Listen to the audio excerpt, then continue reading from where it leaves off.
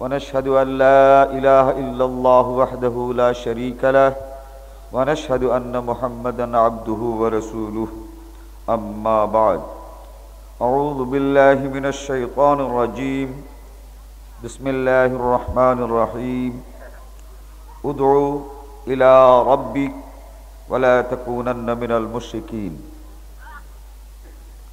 حضرات उलमाए कराम मुसलमान भाई साहब आज के আপনাদের সামনে আমি যে বিষয়টি আলোচনা করতে চাই তা হচ্ছে তাবলীগ এবং দাওয়াত।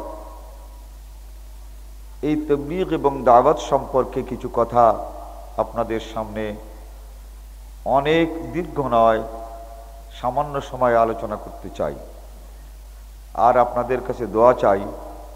দুপুরের পর থেকে শরীরটা খুব একটু ভালো যাচ্ছে না, আপনারা আমার জন্য দোয়া করবেন। আমি যে আয়াতটি তেলাওয়াত করেছি এই আয়াতটি গত দিনও তেলাওয়াত করেছিলাম, সূরা আল কাসাসের 87 নম্বর আয়াত। আল্লাহ তাআলা এতে ইরশাদ করেন, উদউ ইলা রাব্বিক, তুমি তোমার প্রভু আল্লাহর দিকে মানুষকে ডাকো। এই আল্লাহর হুকুম, উদউ, তাহলে এটা আল্লাহর নির্দেশ। যেমন আল্লাহ ইরশাদ করেছেন, আকিমিস সালাহ, সালাত কায়েম করো। অন্য কথায় নামাজ পড়ো। এই নামাজ পড়াটা তো সুন্নত না ফরজ? ফরজ। ঠিক তেমনি করে উদউ, আল্লাহর দিকে মানুষকে ডাকো, এটা আল্লাহর হুকুম। তাহলে নামাজ পড়া এটা যদি ফরজ হয়, তাহলে আল্লাহ রাব্বুল আলামিনের এই যে হুকুম যে মানুষকে আল্লাহর দিকে ডাকো, তাহলে এটা কি ফরজ না ফরজ নয়? কিন্তু আজকে আমরা আমাদের সমাজে দেখি একদল লোক ডাকে আর একদল লোক আল্লাহর দ্বীনের দিকে মানুষকে ডাকে না। আমরা তাবলীগ করার জন্য একত্রিত হয়েছি, আবার বিচ্ছিন্ন হয়ে যাব, কিন্তু আমাদের কাজ হচ্ছে এই যে আল্লাহ আমাদের উপরে এই যে তাবলীগকে ফরজ করেছেন এই ফরজ আদায় করা। এই ফরজটা আদায় করা সরল সহজ কি পদ্ধতি আমাদের হতে পারে, আমার বক্তব্যের বিষয় আজকে এটাই। আল্লাহ রাব্বুল আলামিন অন্য আয়াতে ইরশাদ করেছেন, এই দাওয়াত তোমরা দেবে কেমন করে? উদু ইলা সাবিলি রাব্বিকা বিল হিকমাতি ওয়াল মাউইযাতিল হাসানা ওয়াজাদিলহুম বিল্লাতী হিয়া আহসান। নামাজ পড়ার যেমন তরিকা আছে, দাঁড়াতে হবে, রুকু করতে হবে, সিজদা করতে হবে, বৈঠক করতে হবে, এই তরিকা এই পদ্ধতি আছে না? ঠিক তেমনি করে নবী মুহাম্মদুর রাসূলুল্লাহ সাল্লাল্লাহু আলাইহি ওয়াসাল্লাম এই দাওয়াতের একটি পদ্ধতি আমাদেরকে দিয়েছেন। হুকুম করেছেন নামাজের জন্য আল্লাহ, আর নামাজ পড়ে দেখিয়েছেন কে? নবী মুহাম্মদুর রাসূলুল্লাহ সাল্লাল্লাহু আলাইহি ওয়াসাল্লাম। এই দাওয়াতের পদ্ধতি কি? বলা হচ্ছে তুমি আল্লাহর দিকে মানুষকে ডাকবে হিকমতের সাথে। আজকে এই হিকমতের অর্থ করা হচ্ছে কৌশল, কৌশলের সাথে ডাকো। এই কৌশল হিকমতের অর্থ করা, এর চেয়েতে আল্লাহর সঙ্গে এই কোরআনের সঙ্গে বিশ্বাসঘাতকতা করা, দারুণ বিশ্বাসঘাতকতা করা। এই কৌশল এই হিকমতের অর্থ কৌশল নয়। আল হিকমা সুন্নাত রাসূলুল্লাহ সাল্লাল্লাহু আলাইহি ওয়াসাল্লাম, মিফতাহুল জান্নাহ ফিল ইহতিজাজ বিস সুন্নাহ, 11 নম্বর পৃষ্ঠা। হিকমত অর্থ হচ্ছে নবী মুহাম্মদুর রাসূলুল্লাহ সাল্লাল্লাহু আলাইহি ওয়াসাল্লামের হাদিস সুন্নাহ। তুমি যখন মানুষকে আল্লাহর দিকে ডাকবে তখন তাদেরকে নবী মুহাম্মদুর রাসূলুল্লাহ সাল্লাল্লাহু আলাইহি ওয়াসাল্লামের তরিকায় ডাকবে, তার পদ্ধতিতে ডাকবে। নামাজটি পড়ো যে রাসূলের তরিকায়, রোজা আদায় করো যে রাসূলের তরিকায়, হজ আদায় করো যে রাসূলের তরিকায়। আল্লাহর দিকে মানুষকে ডাকতে হবে সেই মুহাম্মদুর রাসূলুল্লাহ সাল্লাল্লাহু আলাইহি ওয়াসাল্লামের তরিকায়।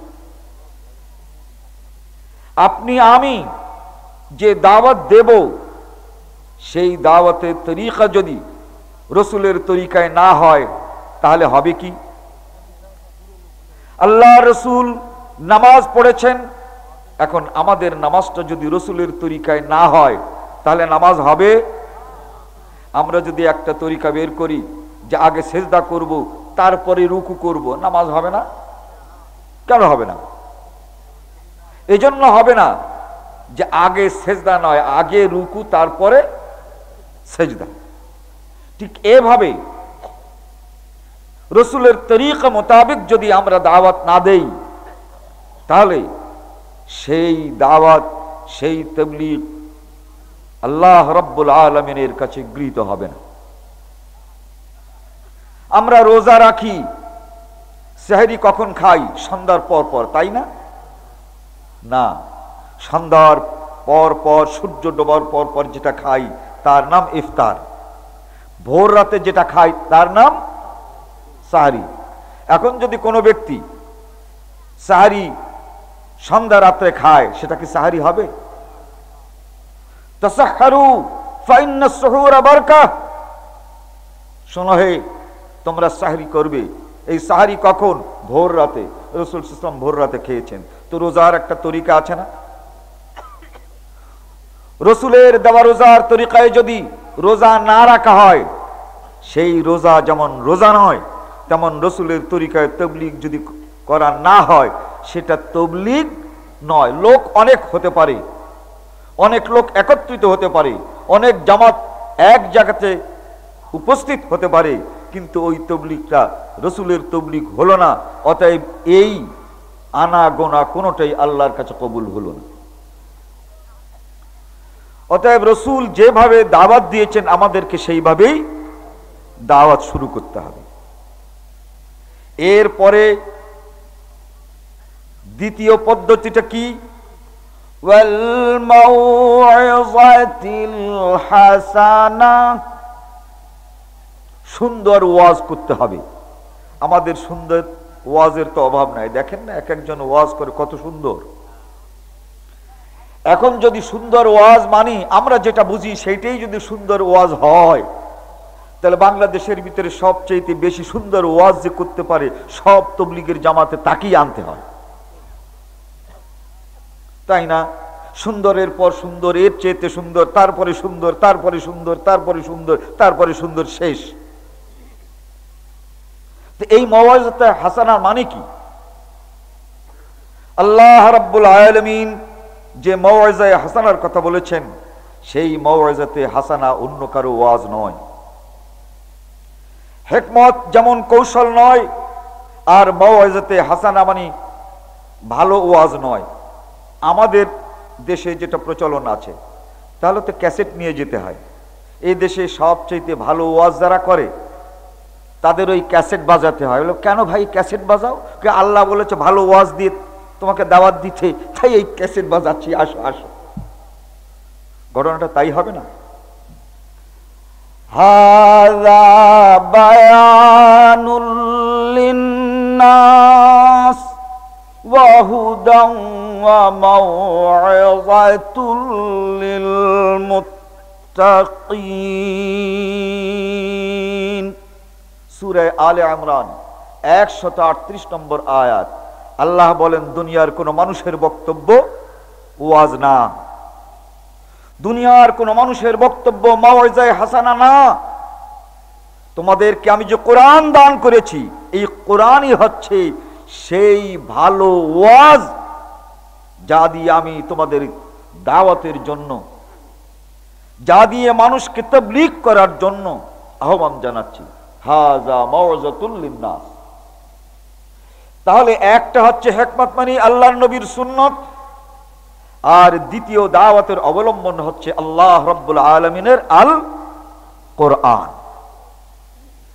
এরপরে অন্য একটি আয়াতের ইরশাদ করেছেন, ইয়া আইয়ুহান নাস ক্বাদ জাআকুম মাউইযাতুম মির রাব্বিকুম, সূরা ইউনূস 157 নম্বর আয়াত। হে দুনিয়ার মানুষ, তোমাদের কাছে আমি ওয়াজ নাজিল করেছি। তাহলে বোঝা যাচ্ছে মানুষের তৈরি করা ওয়াজ তো নাজিল করা হয় নাই। তাহলে নাজিল করা ওয়াজ কোনটা? কালাম আল্লাহ রাব্বুল আলামিনের এই কোরআন মাজিদ। তাহলে দাওয়াতের দ্বিতীয় অবলম্বনটা হচ্ছে আল্লাহর কালাম, আল্লাহর কোরআন। এরপরে রয়েছে ওয়াজাদিলহুম বিল্লাতী হিয়া আহসান। এরপরে হচ্ছে সুন্দর বিতর্ক। পয়লা আমরা এভাবে শুনি, আমি একটু ব্যাখ্যার সঙ্গে আপনাদের সামনে পেশ করব। তৃতীয় হচ্ছে কোন মানুষের সঙ্গে আপনি সুন্দর বিতর্কে আসবেন, যে বিতর্ক হবে পরিচ্ছন্ন বুদ্ধিমত্তার সাথে, দলিলের সাথে, তাকেই বলা হয় বাহাস। বাহাসের নাম শোনেন নাই? হ্যাঁ, তো আল্লাহ তাআলা বলছেন দাওয়াতের তৃতীয় জিনিস হচ্ছে বাহাসের মাধ্যমে মানুষকে এই দিনের দিকে দাওয়াত দাও। বন্ধুগণ, বহু বাহাস করতে এখন বুড়ো হয়ে গেছি। বাহাস করার কারণে যে সকল গ্রামগুলো আহলে হাদিস হয়েছে, ছেলেপেলেরা ওইগুলোর একটা হিসাব নিকাশ করছে, বহু নাকি আহলে হাদিস হয়েছে আল্লাহর মেহেরবানিতে। আমার জীবনের প্রথম বাহাস খুলনার ভিতরে একটি জায়গা নাসুখালী, এই এলাকায় বাহাস হলো। বাহাসে গোলমাল হলো। মৌলানা ওয়াক্কাস সাহেব সহ বহু বড় বড় আলেম হাজির থাকলেন। বাহাসে একটি কথার উপরে জনতা আল্লাহু আকবার বলে উঠল। কেন আল্লাহু আকবার বলল, এই অপরাধে গোলমাল হলো। যা হোক, আমরা আমাদের জায়গাতে বসে থাকলাম। আমাদের প্রতিপক্ষ হুজুররা রাগে চলে গেল। আমরা ওখান থেকে সর্বশেষ চলে আসলাম। পানিপাড়া নাম করে একটা গ্রামের লোক সব আহলে হাদিস হয়ে গেল। তারা বলল, ওদের কথা যদি ঠিক হতো তাহলে ওরা চলে গেল কেন? আহলে হাদিসরা অল্প ছিল, তারা বসে থাকলো কেন? আহলে হাদিসরা যখন বক্তব্য দিচ্ছিল তখন ওরা গোলমাল করলো কেন? এই গোলমাল মানেই হচ্ছে ওদেরটাই গোলমাল। গ্রামের নাম পানিপাড়া। আজও যে দেখবেন 100 ঘরের একটি গ্রাম, সকলেই আহলে হাদিস হয়ে গেল, নারী পুরুষ নির্বিশেষে। তো এই যে আল্লাহ তাআলা ইরশাদ করেছেন ওয়াজাদিলহুম বিল্লাতী হিয়া আহসান, এই ভালোভাবে যদি আপনি বাহাস করতে পারেন, তাতে কিন্তু মানুষ আল্লাহর দিকে ফিরে আসে। এই যে তিনটি পদ্ধতি হলো, তিনটি দিক হলো, তিনটি বিষয় হলো। এক হচ্ছে সুন্নত মোতাবেক দাওয়াত দিতে হবে, দ্বিতীয় দাওয়াত দিতে হবে কোরআন দিয়ে, তৃতীয় হচ্ছে প্রয়োজন হলে বাহাস করতে হবে। প্রচলিত তবলিগের সঙ্গে এখানেই কিন্তু আমাদের পার্থক্য। প্রচলিত তবলিগের লোকেরা বলে বাহাস মুবাহাসা চলবে না, এমনকি কোনো প্রশ্ন করাও চলবে না। আছে না? জানেন না? আল্লাহ রাব্বুল আলামিন তিনি প্রশ্নের সম্মুখীন হয়েছেন। আল্লাহ রসুল যুদ্ধ জয়লাভ করলেন, এরপরে গনিমতের মাল সব হাজির করা হলো। আল্লাহ রসুল একভাবে ভাগ করে দিলেন। সাহাবায়ে কেরাম অনেকে মনে করলেন ভাগ এভাবে করাটা ঠিক হলো না। রসুল ভাগাভাগি করে দিলেন, কিন্তু সাহাবারা এটা মানতে চাইলেন না, মনে মনে দুঃখ। কয়েকজন সাহাবী এসে বললেন, হে আল্লাহ রসুল, এই যে ভাগাভাগি আপনি করলেন গনিমতের মাল, এটা কি আপনার বিবেক মতো, মানে আপনি যেভাবে ইচ্ছা করেছেন সেভাবে? আল্লাহ রসুল বলেন যে আমি যেভাবে ইচ্ছা করেছি সেভাবে। বলে তাহলে আমরা মানলাম না। বলে তাহলে কি? বলে আপনার উপরেও কর্তা আছে। রসুলের উপরে কর্তা আছেন না একজন? কে? আল্লাহ। বলে আপনার এইটা বাদ দিয়ে প্রভু পরওয়ারদিগারে আলম আল্লাহ রাব্বুল আলামিনের কাছে জিজ্ঞাসা করুন ভাগাভাগিটা হবে কেমন। এখানে একটু কথা বলে রাখি, সাহাবাদের পছন্দ হলো না কেন, এটাও তো আপনাদের আবার খটকা লাগবে, তাই তো? এই যুদ্ধের নেতৃত্ব দিয়েছিলেন কে? নবী মুহাম্মদুর রাসূলুল্লাহ সাল্লাল্লাহু আলাইহি ওয়াসাল্লাম। অন্য অনেকের বিজনেস আছে, দোকানদারি আছে, জমি জমা আছে, সেখানে তারা অবসর সময় খাটেন, রোজগার করেন। কিন্তু আল্লাহ রসুলের দোকানদারিও নাই, আল্লাহ রসুলের কোনো দোকানদারি নাই, কোনো বিজনেস নাই, জমা জমি নাই। তো সকলে যে ভাগ পাবে, আল্লাহ রসুল যদি সেই পরিমাণ ভাগ নেন, তাহলে আল্লাহ রসুলের চলে? কি বলেন? আল্লাহ রসুলের চলে? ও লোকের তো গনিমতের মালটা আনফাল বেশি, আর রসুলের তো নেই কিছু। বেশি মানে কি? দোকানদারির পরে জিহাদ করতে এসে জিতে গেছেন, বেশিটা নিয়ে নিলেন, কিন্তু রসুলের আসলটা কই? রসুলের আসল লাগবে না? জলিলুল কদর সাহাবী তারা অপছন্দ করলেন যে ভাগটা বোধ হয় ঠিক হলো না, আল্লাহ রসুল নিজের ভাগ বোধহয় কম দিচ্ছেন, আমাদেরকে বোধহয় বেশি দিচ্ছেন। মুনাফিকরা এবার সুযোগ পেল। ঠিক আবু বকরের মতো লোক, ওমরের মতো লোক, এরা যখন ভাগ নিয়ে মনে মনে অসন্তুষ্ট, তাহলে বোধহয় বড় একটা ব্যাপার কিছু হবে, মানে মুনাফিকরা এবার সুযোগ দেয়। তারাও এসে বলছে, হে আল্লাহর নবী, এই ভাগ আমাদের পছন্দ হয় নাই। তার মানে অনেককে আল্লাহ রসুল কিছু কম দিয়েছেন, কাউকে বেশি দিয়েছেন, এটা ভাগের ব্যাপারে হয় না। মনে করেন দুটো খাট দুজন মুজাহিদকে দিলেন, একটা নিম গাছের তৈরি খাট আর একটা খেরেজ গাছের তৈরি খাট, না দাম কোনটার বেশি? নিম গাছেরটা। এখন বলেন ওই খাটটা কি ভেঙে চুরে ভাগ করে দেয়া যায় নাকি? অবশ্যই যাকে এই শিরিষ গাছের খাটটা দেবেন তার একটু ঠগা হয়, নিম গাছের যাকে দেবেন তারটা একটু লাভ হয়, হয় না? মুনাফিকরা কিন্তু ওইটা ধরেছে যে কম বেশি হয়েছে, অতএব ভাগ ঠিক হয় নাই। আর জলিলুল কদর সাহাবী বলেন, আমাদের এটা তো আনফাল বেশি, আর রসুলের তো আসলই নাই, তা বেশি হয় কোথায়? আল্লাহ রসুল বললেন যে তাহলে কি করা যায়? আল্লাহ কোরআন মজিদ আয়াত নাজিল করেন, ইয়াসআলুনাকা আনিল আনফাল। হে রাসূল, তোমার কাছে এই গনিমতের মাল কেমন করে ভাগ করতে হবে তোমার কাছে প্রশ্ন করার অর্থ হচ্ছে আমার কাছেই প্রশ্ন করা। ইয়াসআলুনাকা আনিল আহিল্লাহ। হে রাসূল, তোমার কাছে জিজ্ঞাসা করছে কোন চাঁদে কি করা হবে। বুঝলেন তো, চাঁদের গণনাটা কেমন করে হবে? তাহলে এই প্রশ্ন আল্লাহর কাছেও হয়েছে, আল্লাহকেও প্রশ্ন করা হয়েছে, না হয় নাই? হয়েছে। কিন্তু আমাদের কথা হচ্ছে কোন হুজুরের কাছে প্রশ্ন করলে বিয়াদবি হয়, আল্লাহর কাছে প্রশ্ন করলে বিয়াদবি হয় না। কি এখন আল্লাহ হুজুর বড় না আমাদের হুজুর বড়? মুরব্বীদের কোন কথায় প্রশ্ন করলে বিয়াদবি হয়, কিন্তু আল্লাহর কথায় প্রশ্ন করলে বিয়াদবি হয় না। এই ভুল ভাঙাবার জন্য এই তাবলীগ ইসলাম, এই আহলে হাদিসদের তাবলীগ।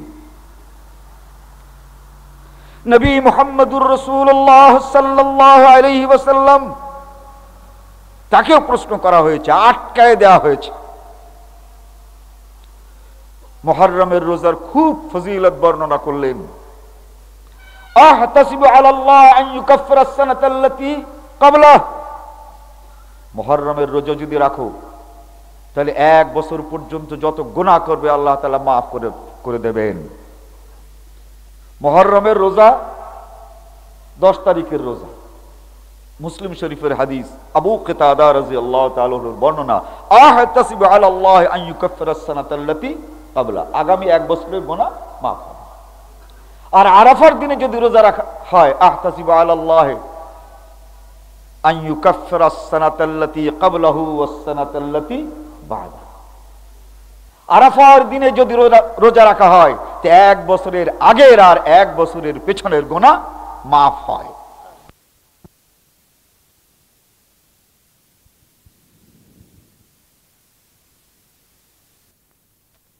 কবিরা কোনটাই বলেন নাই, আপনার এই সগীরে কবিরের ভিতরে ঢুকবার দরকার কি? যাক, এদিকে আমি গেলাম না। রাসূল সাল্লাল্লাহু আলাইহি ওয়াসাল্লাম একটি রোজা রেখেছেন মুহররমের 10 তারিখ। 14 বছরের একটি ছেলে এসে বলছে ইফতার করার পরের দিন আল্লাহ রসুলকে, ইয়া রাসূলুল্লাহ, আমার একটি প্রশ্ন আছে। বলো। এই 14 বছরের ছেলেটির নাম হযরতে আব্দুল্লাহ ইবনে আব্বাস। হুজুর, দেখলাম ইহুদিরা ওই 10 তারিখ রোজা থেকেছে, আপনিও 10 তারিখে রোজা থেকেছেন, আমরাও 10 তারিখে রোজা থেকেছি। তো ইহুদিদের সঙ্গে রোজায় রোজায় কিন্তু আমাদের মিল হয়ে গেছে, ওদেরও একটা আর আমাদেরও একটা। আর আপনি বলেছেন যে এই ইহুদিদের সঙ্গে আমাদের কোনো কাজের মিল হবে না, তো কাজের মিল তো আপনিই করলেন, আপনারও রোজা একটা আর ইহুদিদের রোজা একটা। আল্লাহ রাসূল বললেন, শোনো, লা ইন বাকিতু ইলা কাবিলিন লা আসুমু মিনাত তাসি', সত্যি ওই মিল আর কোনদিন পাবে না। আমি যদি আগামী বছর বেঁচে থাকি, লা ইন বাকিতু ইলা কাবিলিন, তো আগামী বছর আমি রোজা দুটো রাখবো, 9 তারিখের একটা রাখবো আর 10 তারিখের একটা রাখবো।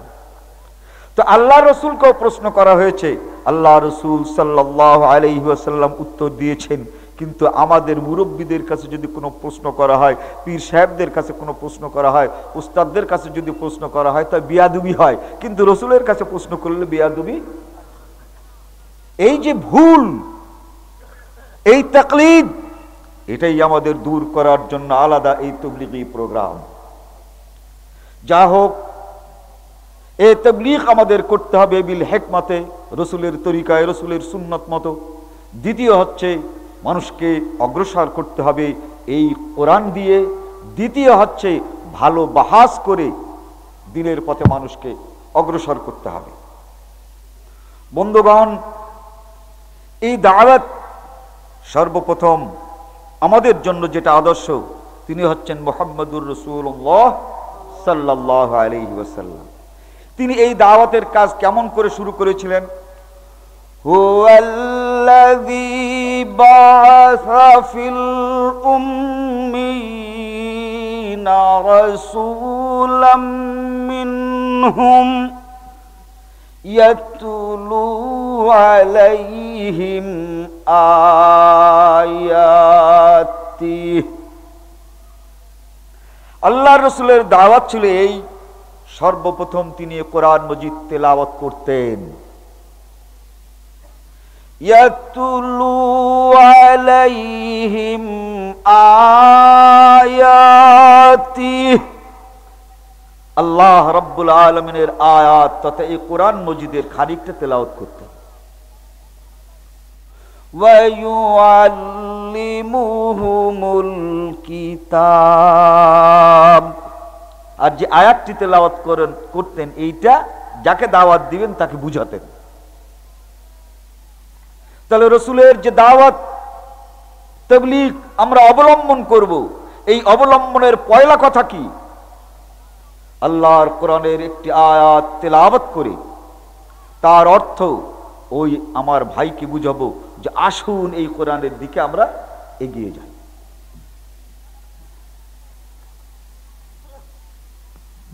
আল্লাহ রসুলের দাওয়াতের তরিকা আমরা কি পেলাম? কোরআনের তেলাওয়াত, তার অর্থ যাকে দাওয়াত দেব তাকে বুঝাবো, তাই না? এখন আমি নিজে কোরআন মজিদ জানি না, তো কি দাওয়াত দেব? তাই কি না?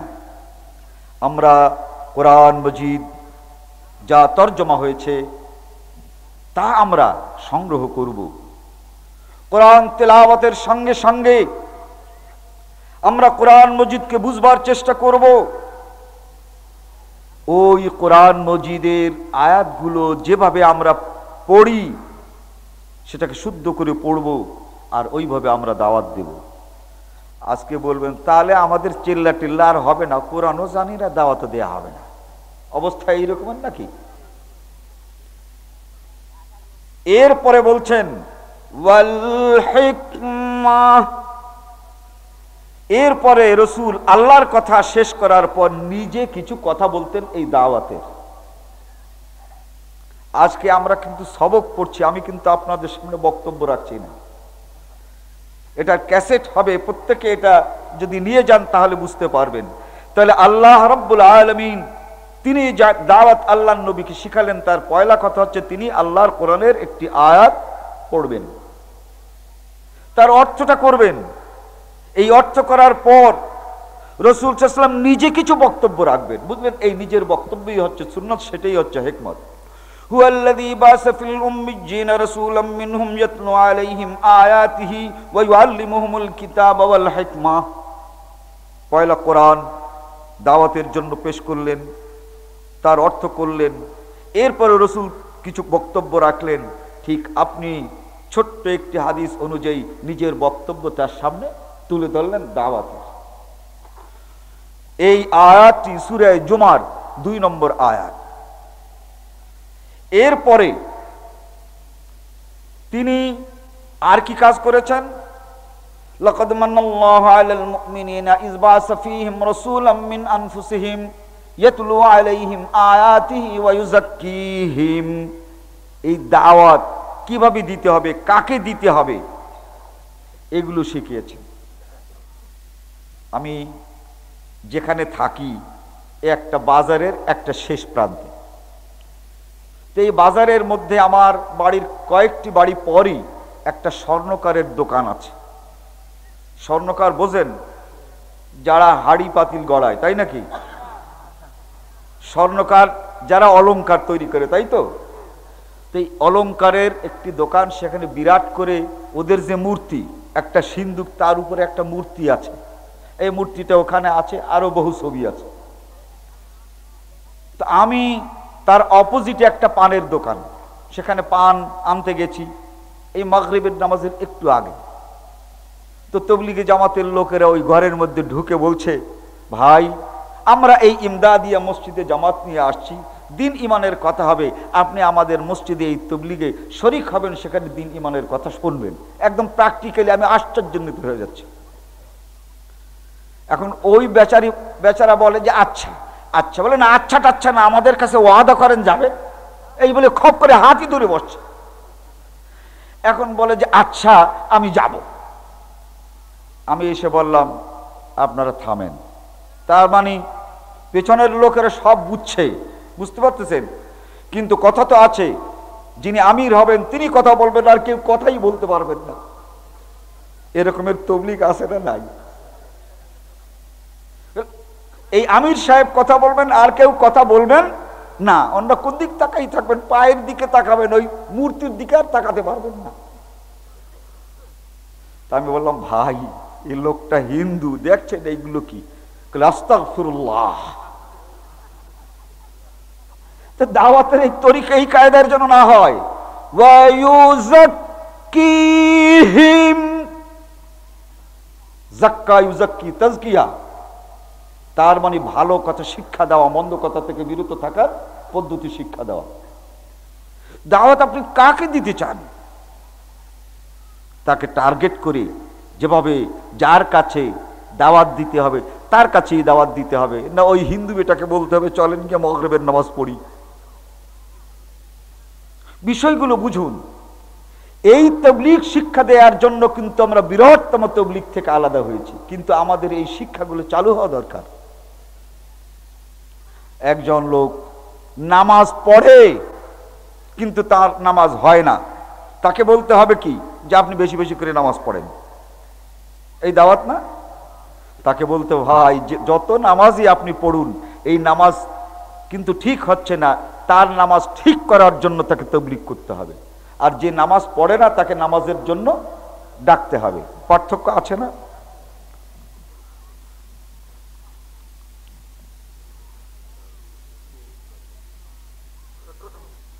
আচ্ছা, এই প্রশ্ন আছে। অতএব এই যে দাওয়াতের পদ্ধতি রসুলেরটা ওইভাবে জানা এবং সেইটা অ্যাপ্লাই করার নাম হচ্ছে তাজকিয়ায়ে দাওয়াত। আল্লাহ তাআলা বলেন যে এই তাজকিয়া করতে হবে, ওয়া ইউআল্লিমুহুমুল কিতাব, কিতাব থেকে শিক্ষা দিতে হবে, সুন্নাত শিক্ষা দিতে হবে। এটার নামই তালিম। কোরআনের 2, 4, 5, 10টা আয়াত আমাদের লোকদেরকে শুদ্ধ করে মুখস্থ করাতে হবে, দাওয়াতি আয়াত। এবং এই দাওয়াতি আয়াতের সমর্থনে যে সকল তাফসীর আছে সেগুলো আমাদের বাংলায় হলেও তাদেরকে জানাতে হবে। রসুলের দাওয়াতের তরিকা কিভাবে ছিল এটাকে আমাদের গ্রহণ করতে হবে। রসুলের দাওয়াতের তরিকা আমরা পাবো কোন কিতাবে? বুখারী শরীফে, তাই না? না, কিন্তু এটা পাওয়া যাবে সিরাতের কিতাবে। রসুলের জীবনী যে কিতাবগুলোতে আলোচনা হয়েছে সেই সিরাতের কিতাবে রসুলের দাওয়াতের পদ্ধতি পাওয়া যাবে। তাই যেমন আমরা কোরআন শিখব, হাদিস শিখব, তেমন রসুল সাল্লাল্লাহু আলাইহি ওয়াসাল্লামের জীবনী কিভাবে তিনি দাওয়াত দিয়েছেন, দাওয়াতের পদ্ধতিকে অবলম্বন করেছেন, সিরাতের কিতাব থেকে আমাদের শিখে সেগুলো জানতে হবে, জানাতে হবে। তো এইগুলো জানবে আর জানাবে কারা? যারা কোনোদিন কোরআন শরীফ পড়তে পারেন না, হাদিস পড়তে পারেন না, অনেকে বাংলাও পড়তে পারেন না, এই সকল লোকদেরকে তবলিগে পাঠাতে হবে, তাই তো? আমাদের হুজুররা আমাদের যখন ইজতেমা হয় তখনই খালি ওয়াজ করতে আসে, কি যে জ্বালা আমাদের, বলবো না কিনা খুব খারাপ লাগছে। হ্যাঁ, আমাদের যখন এই ধানীখোলার ইজতেমা হবে, যখন আন্ধারিয়ে পাড়ার ইজতেমা হবে, তো বহু হুজুরদেরকে কিন্তু ওয়াজ করতে আসতে দেখা যায়। যেই বলি যে ঠিক আছে আমাদের এই যে মূর্খ ভাই কয়টা চলছে এর সঙ্গে আপনি 10 দিন যান, বলে আল্লাহু আকবার। ঠিক না বেঠিক?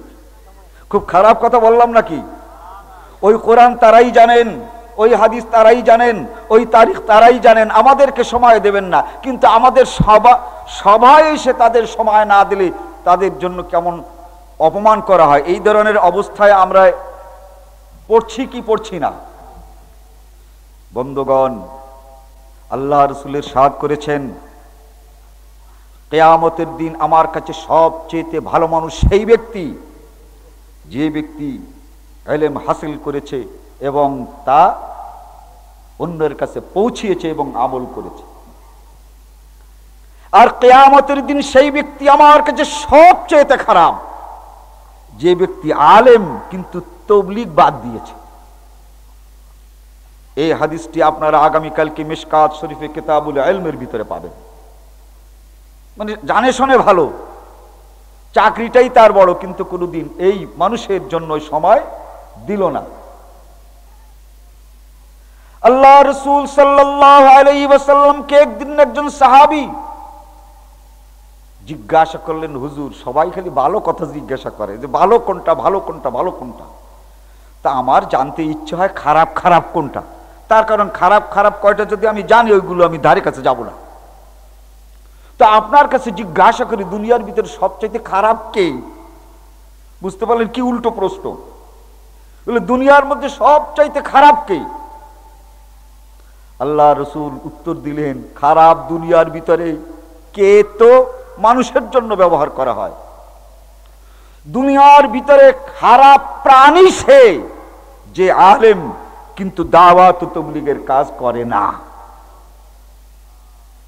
সবচেয়ে খারাপ প্রাণী, তা আমাদের কাছে সবচেয়ে খারাপ প্রাণী আমরা তো মনে করি শূকর আর কুকুর।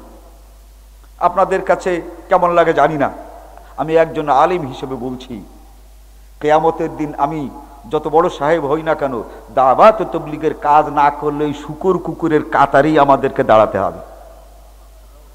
হুযায়ফা রাদিয়াল্লাহু তাআলা আনহুর বর্ণিত হাদিস, এটাও আপনার মিশকাতে কিতাবুল ইলমে মাদ্রাসার পাঠ্য যে মিশকাত আছে তার প্রথম তাতে পাবেন। আমি আপনাদেরকে যে দাওয়াতের তরিকার কথা বলেছি, আল্লাহর কোরআন, রাসূলের হাদিস, এইগুলো আলেমরা ছাড়া সবাই কি জানে? কিয়ামতের দিন এই আলেমদেরকে বাঁচার কোনো উপায় তো আমার হাতে আমি দেখছি না।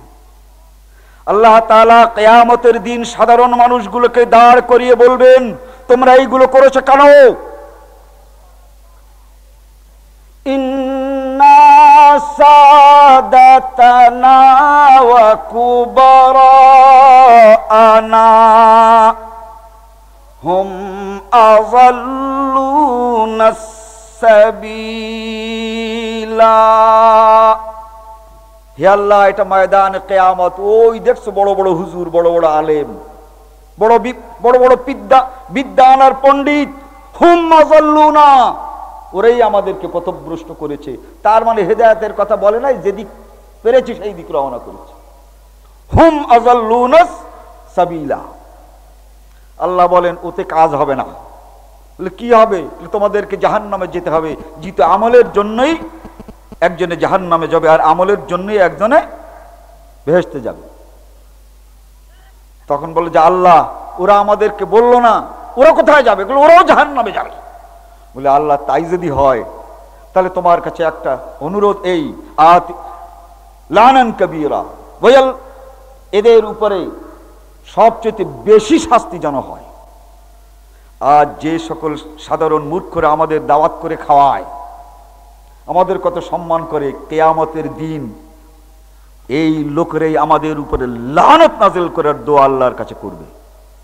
ওয়ায়াল আনহুম লানান কাবীরা। যাক, প্রসঙ্গত বললাম, দিনের এই দাওয়াত আজকে আলেমদের বেরিয়ে আসতে হবে। আপনি নিজের জায়গায়, আমাদের জামাত যখন যায় আপনার বাড়ির কাছে আশেপাশে, আপনি তো একটা দুটো রাত আমাদের সঙ্গে থাকতে পারেন না? তিনি আপনার থেকে বলি না যে আপনি একদম ছুটি নিয়ে আসেন, কমপক্ষে তিনি তালিমের জন্য যদি আমাদের 1-2 দিন সময় দেন, আমরা কিছু শিক্ষা করতে পারি না? বন্ধুগণ, এই আয়াতের তেলাওয়াত তথা কোরআন মজিদ ভালো করে পড়া শিক্ষা করতে হবে। এই দাওয়াত কিভাবে দিতে হবে তা শিক্ষা করতে হবে। কোরআনের আয়াতের অর্থ বুঝতে হবে। দাওয়াতি হাদিসগুলো আমাদের জানতে হবে। এর জন্য প্রত্যেকেই কোরআন মজিদের এক জিলদ এবং রিয়াদুস সালেহিন এটা আপনারা কিনবেন, পড়বেন, এটা দিয়ে তালিম করবেন। আল্লাহ রাব্বুল আলামিন এই দাওয়াতের জন্য যে পদ্ধতি অবলম্বন করেছিলেন, এই পদ্ধতি সবকিছু এই দাওয়াতের জন্য কি কি করেছেন। এই দাওয়াতের জন্য রাসূল সাল্লাল্লাহু আলাইহি ওয়াসাল্লাম 3টি পদ্ধতি অবলম্বন করেছেন। এক হচ্ছে এই, যেখানেই তিনি মানুষ দেখতেন লোক জড়ো হয়েছে, সেখানেই তিনি কোরআনের তেলাওয়াত শুরু করে দিতেন। এই যে আগের রুহুল আমিন সব বলে গেলেন না, আল্লাহ রাব্বুল আলামিন তার দাওয়াতের প্রথম কৌশল হচ্ছে এই, ভাই সকল আমার একটি কথা শোনেন, বলে না না, আল্লাহ রাসূলকে আল্লাহ দাওয়াত শিখিয়েছেন সর্বপ্রথম ইয়াতলু আলাইহিম আয়াতিহি। সর্বপ্রথম তিনি যখন যেখানে কোনো মজমা পেতেন, কোনো সভা দেখতেন, মানুষ 5 জন 10 জন 20 জন আছেন, সেখানেই তিনি কোরআনের তেলাওয়াত শুরু করে দিতেন। আর এই কোরআনের তেলাওয়াত শুরু করলেই মানুষ রাসূলের দিকে চাইতো যে কি বলে দেখি শুনি। তখন তিনি কোরআনের তেলাওয়াত করতেন, এরপরে এর অর্থটা করতেন, নিজের কিছু বক্তব্য রাখতেন, চাই মানুক এবং না মানুক। অতএব সভা সমিতি করে মানুষকে আকৃষ্ট করে মানুষের কোনো মজমায় ওয়াজ করা ও তাবলীগ, বুঝতে পেরেছেন? এই ওয়াজের ব্যবস্থা আল্লাহ রাসূল করেছে। মক্কা মুআজ্জামাতে রাসূল ভাবলেন কি করে দাওয়াত দেই, ওরা তো আমার কথা শোনে না। কিন্তু এই লোকগুলো খুব পেটু, খেতে খুব উস্তাদ। হযরতে আব্দুল্লাহ ইবনে আব্বাস, আব্দুল্লাহ ইবনে মাসউদ বলেন যে আল্লাহ রাসূল বললেন আজকে আমি খাওয়ার দাওয়াত দেব সকলকে। আব্দুল্লাহ ইবনে মাসউদ বলেন, আমি বললাম হুজুর আপনি খাওয়াবেন কি দিয়ে? বলে আমার কাছে যা আছে তাই। কি আছে আপনার কাছে?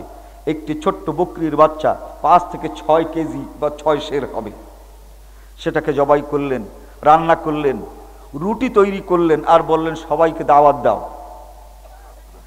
দাওয়াত দিলেন, 2 কাতার দিয়ে সকলে দাঁড়িয়ে বসে গেছে। আব্দুল্লাহ ইবনে মাসউদ বলেন যে অবস্থাটা কি হবে, এতগুলো লোককে দেবটা কি? আল্লাহ রাসূল বললেন, শোনো, সমস্ত রুটিগুলো একটি পাত্রে রাখো, আর ওই পাত্রটা আমার ডান হাতে দাও, এইভাবে আমি ধরি, আর তুমি এইখান থেকে 1-2 রুটি করে সকলকে দিতে শুরু করো, আমি এইভাবে ধরবার, তুমি দেবে। সবার দেয়া হয়ে গেল। আব্দুল্লাহ ইবনে মাসউদ রাদিয়াল্লাহু তাআলা আনহু বলেন যে আমি চেয়ে দেখি রুটি তার যেখানে ছিল সেখানেই আছে, মনে হচ্ছে একটা রুটিও দেওয়া হয় নাই। আবার রাসূল সাল্লাল্লাহু আলাইহি ওয়াসাল্লাম সেই গোশতের পাত্রটি, তিনি যেহেতু কিছু কালি লাগানো আছে, তো কিছু অন্য পাতা পোতা দিয়ে তিনি এই রকমের ডান হাতে ধরলেন আর বললেন, যাদেরকে রুটি দেওয়া হয়েছে এদেরকে আবার গোশত দিতে শুরু করো। আবার গোশত দিতে শুরু করলো। আব্দুল্লাহ ইবনে মাসউদ এই ঘটনা বর্ণনা করেন যে আমি দেখছি ঠিক যেখানে ছিল সেইখানেই আছে। খুব ওরা খেলেন। খাওয়ার পর তিনি দাওয়াত দিলেন, শোনো, ইয়া আইয়ুহান নাস ইন্নী রাসূলুল্লাহি ইলাইকুম জামিআ। তোমরা যারা উপস্থিত হয়েছো, তোমাদেরকে দাওয়াত দিচ্ছি, আমি মুহাম্মদ তোমাদের কাছে আল্লাহর পক্ষ থেকে রসুল হয়ে এসেছি, মানো আমাকে। খাওয়া দাওয়া তো শেষ, কেউ আর কথা বলে না। 5 অথবা 7 বছরের একটি ছেলে দাঁড়িয়ে বলে, আমি আপনার দাওয়াত কবুল করলাম। এই লোকটির নাম হচ্ছে হযরতে আলী রাদিয়াল্লাহু তাআলা আনহু। আপনি যদি খাওয়াতে পারেন তাহলে খাওয়ার দাওয়াত দিয়ে এই দাওয়াতটা দেন। এখন যদি খাওয়ার দাওয়াত দিতেই না পারেন তাহলে বোধহয় দাওয়াত দেওয়া যাবে না, তাই না? রাসূল সাল্লাল্লাহু আলাইহি ওয়াসাল্লামের দাওয়াতের দ্বিতীয় তরিকা, সাফা পর্বতের উপরে উঠলেন, একটি রুমাল ঘুরালেন আর চিৎকার করে বলছেন, ইয়া সাবাহা ইয়া সাবাহা, হে মক্কাবাসীরা, তোমাদের উপরে বিপদ। এই বিপদের হাত থেকে যদি রক্ষা পেতে চাও তাহলে আমার কাছে শুনে যাও, সেই বিপদ থেকে রক্ষা পাওয়ার উপায়টা কি। সবাই হাজির হলো। বললেন, শোনো, আমি যদি বলি এই সাফা পর্বতের পূব দিকে তোমাদেরকে হত্যা করার জন্য, মদিনাবাসীকে আক্রমণ করার জন্য এক দল সৈন্য এখানে লুকিয়ে আছে, তোমরা বিশ্বাস করো? এরা সকলে উত্তর দিল, মা জাররাবনা আলাইকা ইল্লা সিদকা, রাওয়াহু মুসলিম। হে মুহাম্মদ, জানি জীবনে তুমি কোনোদিন মিথ্যা কথা বলো নাই, অতএব আজও তুমি মিথ্যা কথা বলতে পারো না। দৃষ্টান্ত স্বরূপ বলছি, তারিখ লম্বা, তাই বিগত জীবনে কোনোদিন মিথ্যা কথা বলি না, এই কথা তো ঠিক, কিন্তু আজ কি তোমরা আমাকে বিশ্বাস করো যে আমি মিথ্যা কথা বলতে পারি? ওরা বললেন যে না, আজ কাউ তুমি মিথ্যা কথা বলতে পারো না। তখন তিনি বললেন, ইয়া আইয়ুহান নাস ইন্নী রাসূলুল্লাহি ইলাইকুম জামিআ, এই একই আয়াত তেলাওয়াত করলেন। হে উপস্থিত জনতা, আমি তোমাদের কাছে আল্লাহর নবী। এখন যদি ওরা বলে যে তোমার এই কথাটা মিথ্যা, তাহলে কি ওরা মিথ্যাবাদী হয় না রাসূল মিথ্যাবাদী হয়? ওরা মিথ্যাবাদী হয় না, বলছে না তুমি মিথ্যা কথা বলতে পারো না। এখন ওরা বোঝে যে এই লোকটা আল্লাহর নবী ঠিক, কিন্তু বোঝেন তো, যদি মানি তাহলে তো বাপ দাদার ধর্ম কিছুই থাকবে না। বুঝলো কেমন করে? নবুয়তের আগেও আল্লাহর রাসূল কোনোদিন মূর্তি পূজা করেন নাই, জুয়া খেলেন নাই, হারাম খান নাই, হারাম দেখেন নাই, ঘৃণা করে আসছেন। এখন ওরা বোঝো, ওরে বাপরে বাপ, এই লোকটা যদি রসুল হয় আর ক্ষমতা যদি এর কাছে যায়, তো বাপ দাদার ধর্ম তো দূরের কথা, কর্মও থাকবে না কিছু। ধর্ম তো যাবেই যাবে, আর কোনো কর্ম করা যাবে না, আর স্বীকারও করা যাবে না, অস্বীকারও করা যাবে না। স্বীকার করলে ওর উম্মত হতে হবে, আর অস্বীকার করলে নিজেরা মিথ্যাবাদী হতে হবে। এ যাই কোন পথে। আবু লাহাব উঠে বলল, ও এই ব্যাপার, আলিহাযা জামাতানা, তুমি আল্লাহর নবী এটা বলার জন্য আমাদেরকে ডেকেছো? বলে হ্যাঁ, তাই ডেকেছি।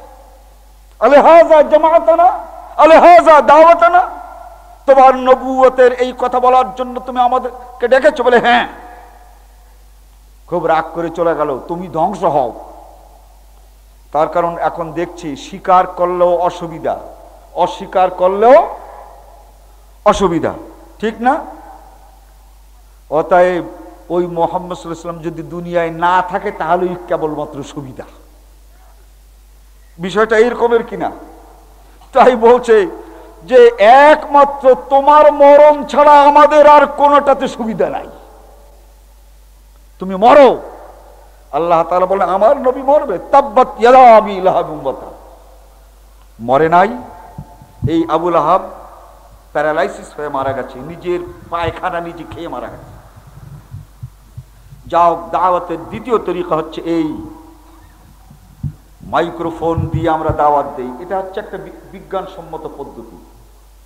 মানুষকে ডেকে একত্রিত করে ওয়াজ মাহফিলের মাধ্যমেও দাওয়াত আল্লাহ রসুল দিয়েছেন, আমরাও দিতে পারি। কিন্তু আল্লাহ রসুল দাওয়াত দিয়ে মানুষের কাছ থেকে চান্দা উঠান নাই। এই একটা ব্যাপার যে আমাদের দেশে আছে, একটু বুঝে শুনে। অনেকে কিন্তু খুব রাগ করবেন, তাই না? সর্বনাশ করেছে, 2-4 পয়সা যে তুলি এও দিল শেষ করে। দাওয়াত তিনি দিয়েছেন, এ হচ্ছে দাওয়াতের একটি পদ্ধতি।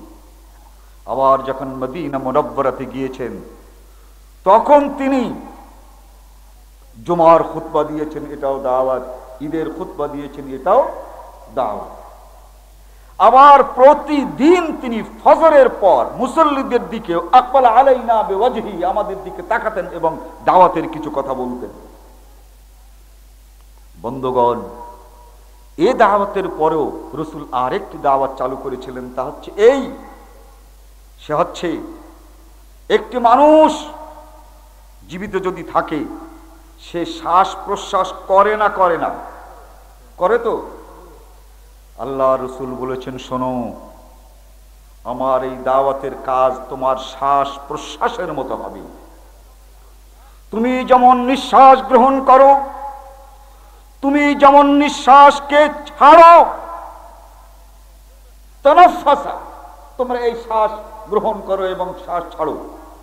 আমার আল্লাহর দাওয়াত, দিনের দাওয়াত যেখানে আছো সেখানে তুমি যেমন শ্বাস প্রশ্বাস ছাড়ো, সেইখানে সেই পরিবেশ অনুযায়ী তোমাকে দাওয়াত দিতে হবে।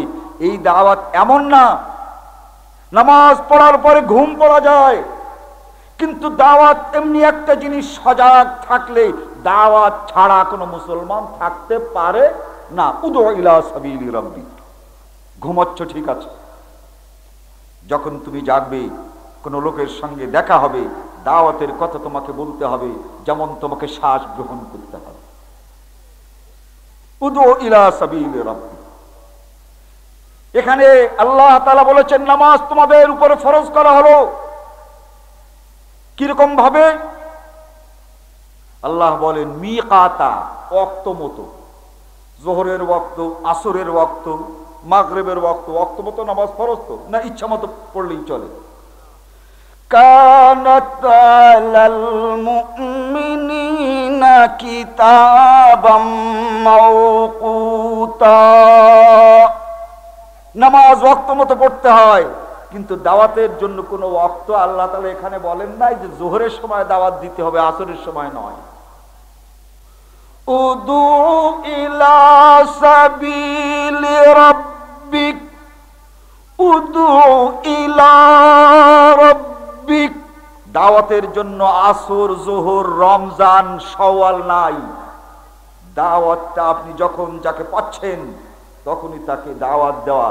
এই শ্বাস প্রশ্বাসের মতো এখানে আল্লাহর কোনো আল্লাহ কোনো ওয়াক্তের কথা বলেন নাই, কোনো বয়সের কথা বলেন নাই, কোনো দিনের কথা বলেন নাই, কোনো সময়ের কথা বলেন নাই, বলছেন উদউ ইলা রাব্বিক। এর ব্যাপকতা অত। কিন্তু সবচেয়ে যে কাজটা আমরা কম করি সেটা কিন্তু এই দাওয়াতের কাজ। হিসাব করে দেখেন, সবচাইতে যেটা কম করি সেটা কি? দাওয়াতের কাজ। নামাজ যেমন ফরজ, দাওয়াতের কাজও তেমন ফরজ। এই দাওয়াতের জন্য আজকে যারা বেরিয়েছেন তারা যদি কিছু না জানেন দাওয়াত দিবেন কি? আল্লাহ তাআলা এই দাওয়াত সম্পর্কে বলেন, ইয়াতাফাক্কাহু ফিদ্দীন, যারা দ্বীনের পথে বেরিয়েছে এরা শিখবে। ওয়ালইউনযিরু কওমাহুম ইযা রাজাউ ইলাইহিম লাআল্লাহুম ইয়ারজিউন।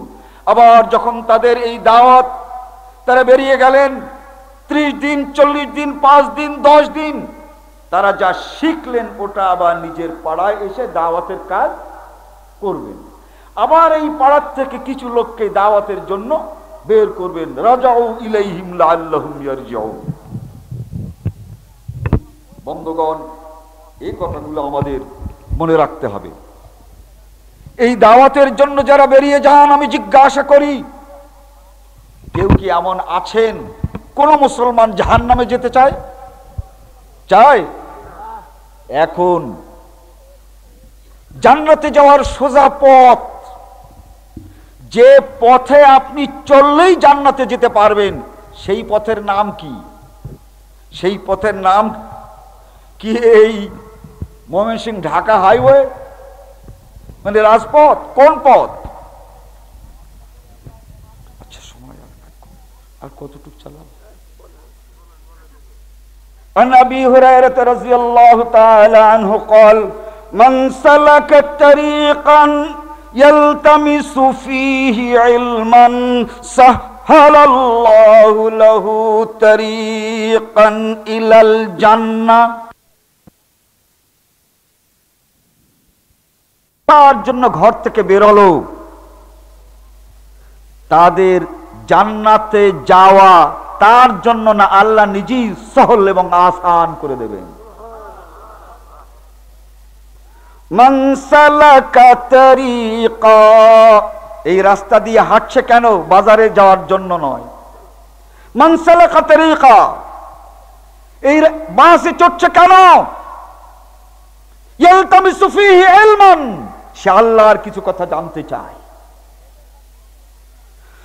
সাহালাল্লাহু লাহু তারিকান ইলাল জান্নাহ, এই ব্যক্তি জান্নাতে কিভাবে যাবে ব্যবস্থাটা আল্লাহই করে দেবেন। সাহালা ইউসাহিলু, তার ভাবতে হবে না, এখন আল্লাহর ভাবনা শুরু হয়ে গেছে যে ওই লোকটাকে জান্নাতে নেব কেমন করে।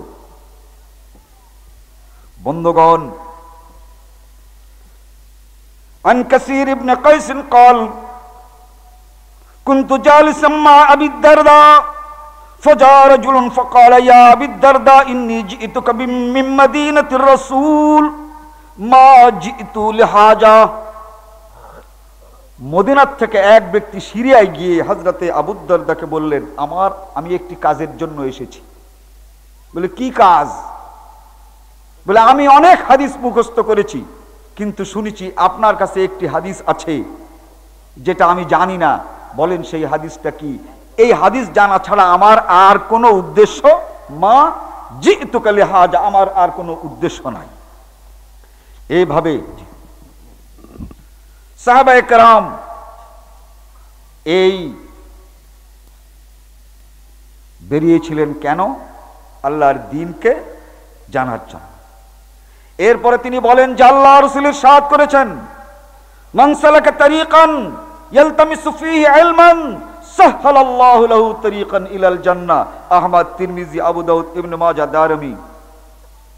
আল্লাহ রাসূল বলেন যে জানবার জন্য এভাবে বেরোলো, তার জান্নাত আমি এমন সরল সোজা করে দেব, সে বুঝতেও পারবে না জান্নাত পেল কেমন করে। ইনশাআল্লাহ একদিন আমরা যে যাই কোথায়? আমরা ঢাকায় গিয়ে তো একটা ক্লাবে উঠি, তারপরে লোকদেরকে সেই ক্লাবে ডাকি না? ও বাদ দিলাম, কার্ড ছাপাই সকলকে দাওয়াত দেই যে অমুক দিন অমুক জায়গায় হাজির হবেন, তাই নাকি? আমরা কোথায় যাই? মসজিদে। অনেকে বলে মসজিদে থাকা যায় না, মসজিদে ঘুমানো যায় না। এই যে কোথা থেকে কোন হাদিসে পায় আল্লাহই জানে। বুখারী শরীফ বাংলা তরজমা হয়ে গেছে, সেখানে মসজিদে পুরুষদের শুধু ঘুমানো না, মসজিদে মহিলাদের ঘুমানোর হাদিসও আপনারা পাবেন। মসজিদে খাওয়া যাবে না, তার মানে মসজিদ খুব খারাপ জায়গা। বলেন তো খাওয়া যায় না কোন জায়গায়? যেখানে ঘ্রাণ আসে, তাই তো। মানুষ খায় না কোথায়? কিন্তু এক শ্রেণীর লোক খুব বড় বেহায়া আছে, সেই জায়গা যেও এদিক দিয়ে সব আলগার, ওদিক দিয়ে বিড়ি টানে, এরকম একটা জায়গা আছে না? তো ওইখানে না হয় খাওয়া যাবে না, কিন্তু মসজিদে খেতে আপত্তি কোথায়? আল্লাহ রসুল মদিনায় খেয়েছেন, মসজিদে ইফতার করেছেন, সেহরি করেছেন, অন্যকে সেহরি করাইছেন, ইফতার করাইছেন, খাবার দিয়েছেন।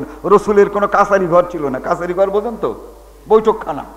রসুলের বৈঠকখানা ছিল কোথায়? মসজিদে। এরা কোথা থেকে পায় আল্লাহই জানে। বলে মসজিদে খাওয়া যাবে না। এক প্রিন্সিপাল সাহেব, আচ্ছা খাওয়া যাবে না কোথায় দেখান তো। তো বলে যে ভাই আপনি কে? আমার নাম আব্দুর রউফ। বলে আপনার সাথে আমার কোনো কথাই নাই। বলে কেন ভাই আমার সাথে কথা নাই কেন? কই আমি কি অত হাদিস জানি নাকি? আমাকে আমার বড় হুজুর বলেছে শশীনাথ থেকে মসজিদে খাওয়া যায় না, তাই বলেছি। আমি কি হাদিস দেখেছি নাকি? বন্ধুগণ, এই মসজিদ সম্পর্কে আমরা যে যাই কেমন জায়গা। আন আবি হুরায়রা রাদিয়াল্লাহু তাআলা আনহু قال قال رسول الله صلى الله عليه وسلم احب البلاد الى الله مساجدها রাওয়াহু মুসলিম। এই দুনিয়ার বুকে সবচেয়ে ভালো জায়গা যদি থাকে সেটা কি? তো ভালো জায়গায় খাওয়া যাবে না, তাহলে কি পায়খানায় যেয়ে খাবো নাকি? বন্ধুগণ, বক্তৃতা কম করে দিচ্ছি, সত্যি আমাকে যিনি পরামর্শ দিয়েছেন আসলে ভালো লাগছে না। একটি হাদিস আপনাদেরকে আর বলছি। আন আবি উমামা قال قال رسول الله صلى الله عليه وسلم رجل راح الى المسجد فهو ضامن على الله। হে দুনিয়ার মানুষ, যারা দাওয়াতের কাজে মসজিদে যাচ্ছে, শুনে রাখো জামিনুন আলাল্লাহ, তাদেরকে বেহেশত নেব, এটা আমি তোমাদের কাছে ওয়াদা দিচ্ছি। আমি জান্নাতের জামিন, জামিনুন আলাল্লাহ। হাযা সানাদুন সহিহুন রাওয়াহু আবু দাউদ। বন্ধুগণ, আন আবি উমামা রাদিয়াল্লাহু তাআলা আনহু, আর একটা হাদিস লোভ সম্বরণ করতে পারছি না। আনিস সাইব ইবনে খুল্লাদ قال قال رسول الله صلى الله عليه وسلم ناست في الصلاة حتى اسقلت فإذا أنا بربي تبارك وتعالى في أحسن سورة فقال يا محمد قلت لبيك رب। আল্লাহ রসুল বলেন, তাহাজ্জুদের নামাজ পড়তে পড়তে আমার একটু ঘুম এলো। ঘুম নামাজের মধ্যে একটু ঘুমটা আমি বালিশে পড়ি নাই, নামাজের মধ্যে ঘুম পড়েছি। দেখি যে আল্লাহ রাব্বুল আলামিন সুন্দর একটি আকারে, সূরত মানে কি আকার, আর বুদ্ধিমানের দল বলে আল্লাহর আকার নাই। ফি আহসানি সূরাতিন, আমি আল্লাহকে সুন্দর একটি সূরতে দেখতে পেলাম। আল্লাহ আমাকে দেখে জিজ্ঞাসা করলেন, ফিমা ইয়াখতাসিমু মালাউল আলা। নবী, তুমি বলতে পারো ওই আকাশে ফেরেশতারা এখন বলা বলি করে কি? বুঝতে পেরেছেন? বলছে তুমি যে এই তাহাজ্জুদ নামাজের মধ্যে একটু ঘুমালে, আল্লাহ এসে বলছেন বলতে পারো উপরে ওই আসমানের ফেরেশতারা এখন কি বলা বলি করছে, কি কানাকানি করছে? আল্লাহ রসুল বললেন, তাই কি আমি বলতে পারি হে আল্লাহ? এরপরে তিনি বলেন, ফারাআইতু ওয়া ওয়াজা কাফফাহু বাইনা কাতাফি। আল্লাহ তাআলা তার হাতের এই অংশটা আমার এই পিঠে এইভাবে চেপে ধরলেন। তার মানে আল্লাহর হাত নাই। কোরআন হাদিস যারা পড়ে না তারা বলতে পারে, এই হাতের এই অংশটা আমার এই ঘাড়ে চেপে ধরলেন। হাত্তা, এমন ভাবে চেপে ধরলেন, ওয়াজাবতু বুরদা আনামিল। সেই দিন আল্লাহর হাতের স্পর্শটা ছিল ঠান্ডা। বারাদ মানে ঠান্ডা। আল্লাহর হাতের এই ঠান্ডাটা আমি এইখান থেকে আমার বুক পর্যন্ত অনুভব করলাম। এরপরে বলছে, ফাকালা ইয়া মুহাম্মদ আবার তিনি ডাকলেন, আমি বললাম লব্বাইকা রব, হে আল্লাহ আমি তো হাজির। এরপরে আবার বললেন, বলো ফিমা ইয়াখতাসিমু মালাউল আলা, ওই বড় বড় ফেরেশতারা এবার বলে কি? বলে আল্লাহ এবার আমি টের পাচ্ছি, তুমি তোমার হাত আমার পিঠে যখন রাখলে আমার এই চোখ খুলে গেল, আমি এখন দুনিয়ার সব কিছুই দেখছি ওই আসমানের ফেরেশতারা বলছে কি তাও দেখছি, তাও শুনছি। এবার আল্লাহ বলেন, বলতে পারো বলে কি ওরা? কুলতু ফিল কাফফারাত, আল্লাহ ওরা বলছে কোন ভালো কাজে জীবনের সকল গুনাহ খাতা মাফ হয়। এ বলে এটা, ও বলে ওটা, ও বলে ওটা, এই নিয়ে তর্ক বিতর্ক হচ্ছে। ফিল কাফফারাত, কোন নেক কাজে জীবনের গুনাহ মাফ হয়, ওই নিয়ে ওরা তর্ক বিতর্ক করছে। কুলতু, এরপরে জিজ্ঞাসা করলেন, এখন তোমার মত কি? ওরা তো তর্ক বিতর্ক করছে, তুমি সিদ্ধান্ত দিতে পারো কোনটা সবচেয়ে বড় কাজ যাতে গুনাহ মাফ হয়? আল্লাহর নবী বলেন, হে আল্লাহ, আমি কি তাই পারি? তখন রাসূল সাল্লাল্লাহু আলাইহি ওয়াসাল্লামকে আল্লাহ তাআলা বলে দিলেন, মশিউল আকদাম ইলাল জামাত, জামাতবদ্ধ হয়ে যে মানুষগুলো মসজিদের দিকে যায় তাদের জীবনের সকল গুনাহ খাতা মাফ হয়ে যায়। ওয়াল জুলুস ফিল মাসাজিদ, এই মানুষগুলো যখন মসজিদে বসে তাদের জীবনের সকল গুনাহ খাতা মাফ হয়ে যায়। আহমদ, তিরমিজি, ইমাম তিরমিজি বলেন ওয়াকালা হাযা হাদিসুন সহিহ। ইমাম বুখারী তারিখে কবিরে বলেন যে এই হাদিসটি সহিহ। নবী মুহাম্মদুর রাসূলুল্লাহ সাল্লাল্লাহু আলাইহি ওয়াসাল্লামের এই মসজিদের ফজিলতের আরেকটি হাদিস, আন আবি উমামা قال قال رسول الله صلى الله عليه وسلم من خرج من بيته مطهرا الى الصلاه المكتوبه, যে সকল মানুষগুলো মসজিদে ফরজ নামাজ পড়ার জন্য যায়, তাবলিগি জামাতে যায়, এরা তো একজনও ফরজ নামাজ পড়ে না, নাকি পড়ে?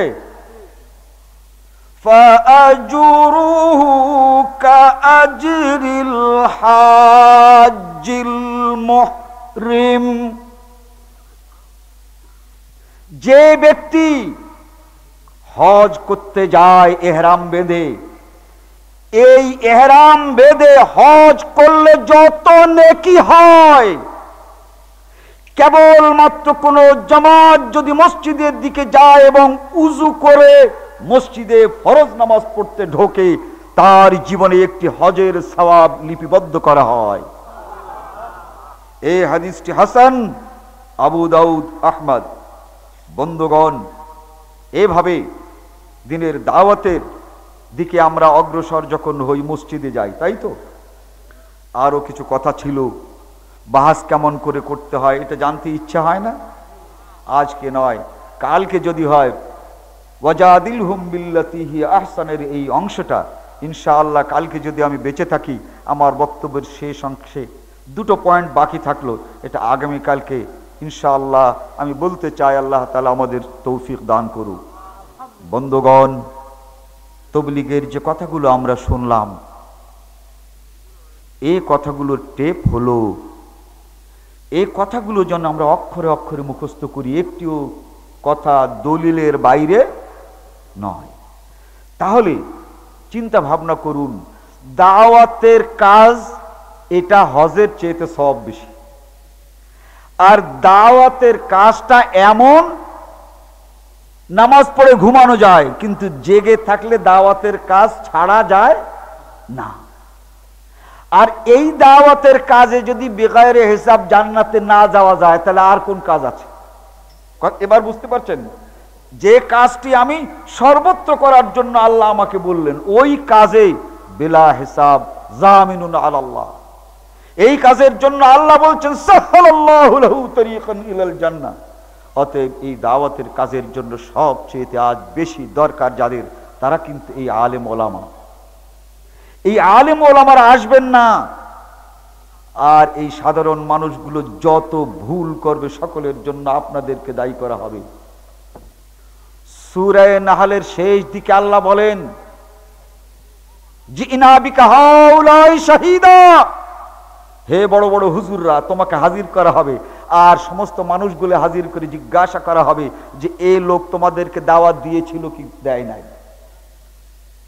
যখন ওরা সাক্ষী দেবে আল্লাহ নিজে ভালো ছিল, নিজে ভালো করতো, কিন্তু আমাদেরকে কিছু বলে নাই, আমাদের সঙ্গে যায় নাই। জান্নাত তো দূরের কথা, জাহান্নামের যে কোথায় যাবেন তারও কোনো ঠিকানা লেখা নাই। আল্লাহ রাব্বুল আলামিন ইখলাসের সঙ্গে আমাদের দাওয়াত দেওয়ার তৌফিক দিক, এই কথাগুলোকে মানবার তৌফিক দিক। এই বলে আজকে আমার বক্তব্য আমি এখানে শেষ করছি। যত লোক আপনারা নাম লিখিয়েছিলেন তার চেয়ে বেশি করুন। কালকে, হ্যাঁ ঠিক আছে। আচ্ছা, আসসালামু আলাইকুম ওয়া রাহমাতুল্লাহি ওয়া বারাকাতুহু।